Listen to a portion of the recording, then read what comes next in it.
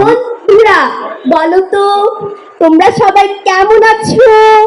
যারা বিদেশ থেকে নানান রকম সংস্কৃতি আমদানি করতে ব্যস্ত তাদেরকে এবং যারা নাচ গান নৃত্যের বিরোধী তাদের বিরুদ্ধেই এই পুতুল নাচের প্রদর্শনী হবে এখন।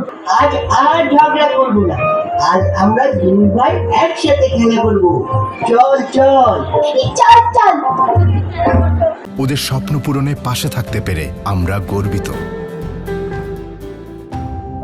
এই আভা, এখানে সব বড় বড় বন্ধু, এজন্য কথা বলছে না। এ মা, তাই? সবাইকে তাহলে নববর্ষের শুভেচ্ছা। সবাইকে নববর্ষের শুভেচ্ছা। এই গোপলু, বলো তো আমরা কোথায় এসেছি? আমরা এসেছি ঢাকা রিপোর্টার্স ইউনিটে।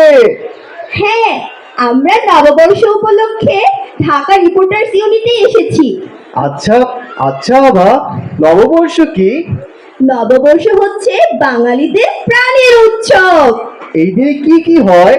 এই দিনে আমরা সবাই সকালে উঠে পান্তা ইলিশ খাই, নতুন জামা পরি, মেলায় ঘুরতে যাই। মেলায়?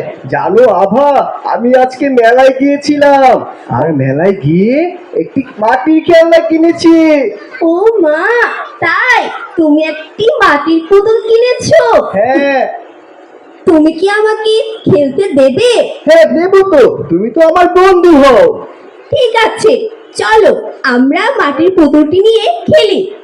নববর্ষের উপরে আমাদের শুভেচ্ছা ইতিমধ্যেই র্যালির সময় আমরা দিয়েছি। আমি শুধুমাত্র এখন আনুষ্ঠানিকভাবে আমাদের এই নববর্ষ উপলক্ষে আমাদের নিজেদের যে সংস্কৃতিকে তুলে ধরার যে একটা সুযোগ, ডিআরউর আজকের এই প্রোগ্রামে সেরকম একটা আয়োজন আছে যেটা এখনই শুরু হবে। আপনারা সকলে অধীর আগ্রহে অপেক্ষা করছেন। আমি সেই পুতুল নাচের অনুষ্ঠানের শুভ উদ্বোধনী ঘোষণা করছি।